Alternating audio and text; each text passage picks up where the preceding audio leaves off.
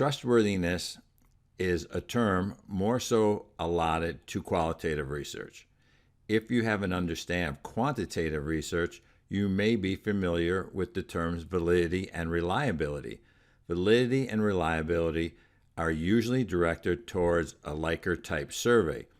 One would test that survey with a certain population before they give it to everybody to actually collect the data that's needed for that research.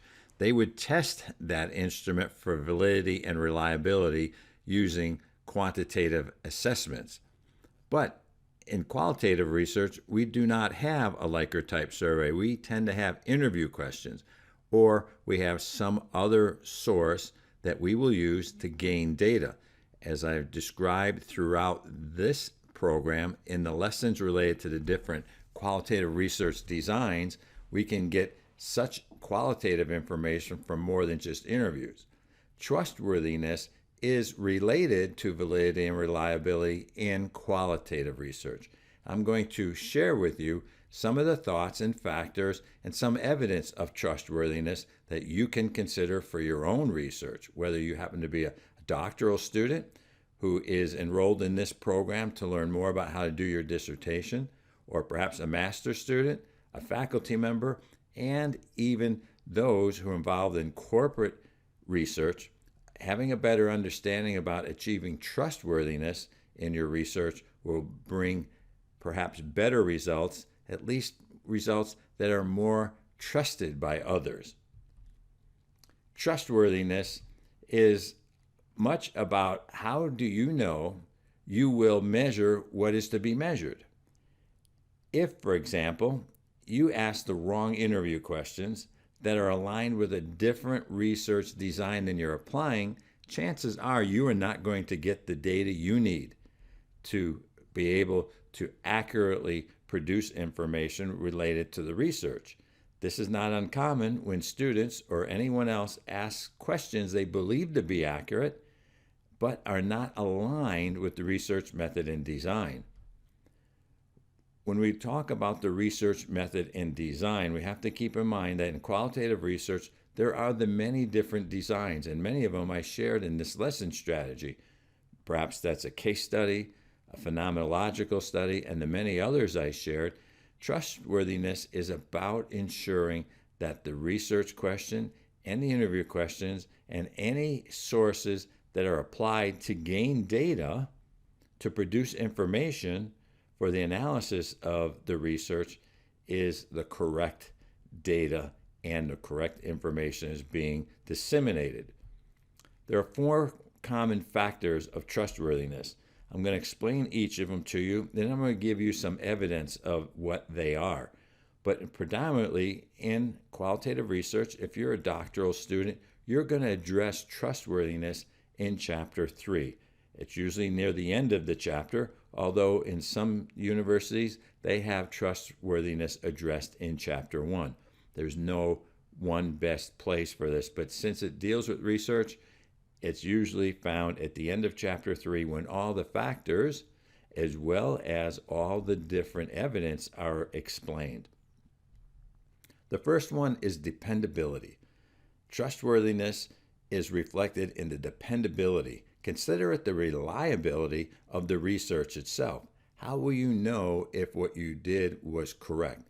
Well, there are certain lessons in this strategy, such as doing a field test, doing member checking, and all the different things that one can do to have the research aligned correctly. Dependability is about reliability. How do we know that what we're doing, other people can rely upon, that it's going to be as accurate as possible? So when you think about dependability and trustworthiness, think about what are the reliability factors? What can you share with others to help them understand that what you did was reliable? And again, I have some evidence for you for these 4 trustworthiness factors that I'm going to share after I give the factors. The next factor is called credibility.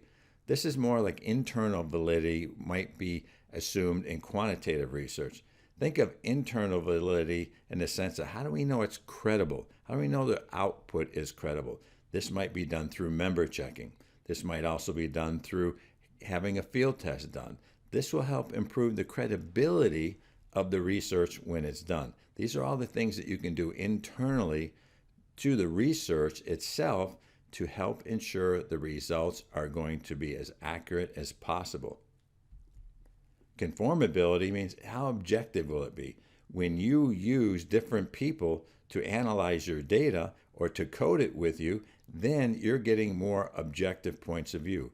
When you do member checking, you are in a sense having the people who did the interviews read the transcripts and giving you their objective thoughts about what they said.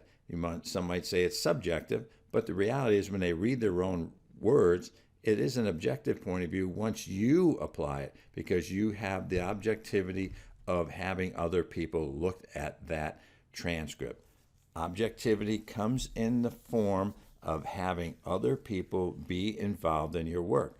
When you have an expert panel review, you are bringing other people in to look at the objective application of the expertise that you're relating to in your interview questions. So you're conforming to standards. Conformability means how closely have you aligned your work to the standard practices of qualitative research, and what evidence is there of that?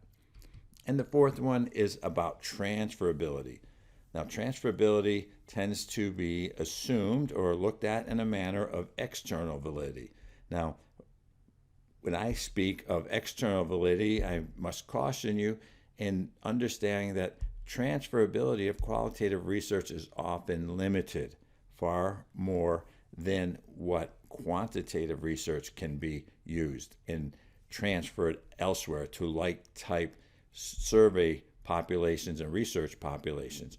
Because in qualitative research, we tend to have, particularly for interviews, somewhere between 10 and 20, maybe a little bit more, the transferability is weak. Transferability may not be part of qualitative research best outcome, but that's okay. We do qualitative research for a specific phenomena, a specific situation where we don't need hundreds of people. We're looking at what happened in one location, one phenomena, and yes, there will be some transferability, because you can imagine if you did research of a case study in an emergency room in a hospital in Denver, that the findings may be applicable to other emergency room situations in other hospitals in Colorado and maybe even around the world. But more than likely, because of their uniqueness and what you're studying that case study about, it may be limited in its transferability. So when you think about transferability, think about outside. How applicable could what you do be helpful to somebody else? Now, in Chapter 1 of a doctoral dissertation, and to a certain extent in Chapter 5, you're going to address the significance of your study, the potential significance. And even when I do corporate research, I look at what's the external validity to all the stakeholders of the organization, both internal and external. How far can the results be transferred out to other people to be able to use? This is the important point about what could they use it for, if anything.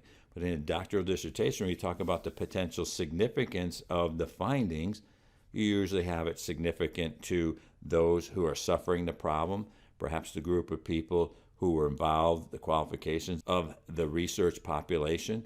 So think about who all can benefit from the data once it's analyzed and produced in information. In other words, who would want to read your research report or dissertation when it's published and potentially get some value out of it? Now, value does not necessarily mean only to the topic. I have looked at many other research reports and dissertations to find the value in how they did the research. Because if I want to replicate a study, I certainly want to see what others have done. So there's a transferability factor pretty much to all research if somebody else is going to use it as an example.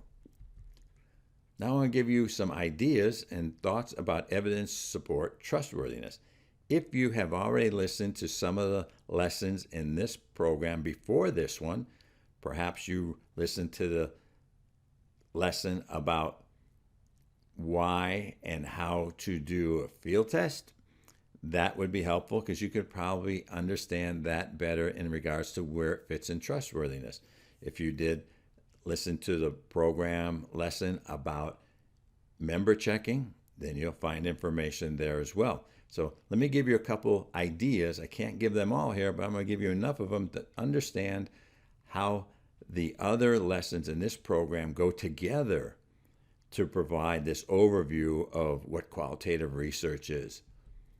So the first one is the field test. I've mentioned this a couple times during this lesson. And the field test is designed to get 3 to 5 subject matter experts in research to look at one's research questions and interview questions for alignment to the research design. Well, we might think that that could help with the dependability factor of trustworthiness because we can be more dependable when other people review their work. Could also help with the credibility of our work. The credibility or the internal validity is helping to understand that our questions have been reviewed by somebody else, a third-party perspective, and helped us to ensure that we're asking the right questions. So as you start to look at the idea of a field test being applied to trustworthiness, one might also look to a certain extent about confirmability, because we are objectively applying tools for qualitative research to better ensure that our outcome is going to be what we expect. Another piece of evidence would be the interview script. There's a complete lesson on how to create and what should be in an interview script and how to use an interview script. An interview script is a qualitative tool to help the interviewer make sure that he or she interviews each person the exact same way. So this could also be a factor of dependability. Also could be a factor of credibility. As you start to see all the different aspects and how to do qualitative research, writing or creating the information for trustworthiness factors is pretty easy. But you need to understand what trustworthiness is and what it's not. Another example would be third-party transcribers. Third-party transcribers would certainly help the credibility of your work, as well as the independent ability to have your work be dependable. If you are the only one doing the transcribing of your work, you might be having a little opportunity to change a word here or there because you think they said something and they meant something else. When you're the only person doing the transcribing of interviews, that is problematic. One of the things that can help you is having a third-party transcriber where you send off on an email the verbal copies of the interview, the audio parts of it, and then you let somebody else do the transcribing word for word. You always want to have word for word transcription. Having this third party means that you had nothing to do with the transcription, and therefore everything in it is less reflective of any research ability to change words or sentences that they don't like. Third-party transcription service is easy and often is inexpensive. In a corporate environment, I always use a third-party transcriber, and many of my students over the years have done this as well. Now, you do not have to pay a service. You can have perhaps even a college student do the transcription. It doesn't have to be a service of people who charge a lot of money. If you know, like an administrative assistant, and they're good typing and they can transcribe from listening to from an audio, and you just tell them you want the word-for-word transcription, that would be fine. Other researchers independently coding for themes. Now that means once you have all the transcriptions done, then not only you, but others read that and do the coding. Or other people take all the files that you have of the transcription and they process it also and put it into in vivo software themselves. Now ideally, if 3 people do this with the same content, should get the same results. You may not get the exact same results if 3 independent researchers are going through the transcriptions and self-coding or hand-coding, and it's not going into an in vivo software type program. There might be some flexibility, some variation in what's found, but predominantly you would take all the findings and you would find out what was common amongst them and look to have your trustworthiness improved by having other researchers independently coding for themes. you would do it as well. This allows just another piece of evidence to help improve trustworthiness of one's research. It's not common in doctoral dissertation research that a student will have other people involved in coding. That's okay. We don't expect them to. It's an academic exercise for them to learn.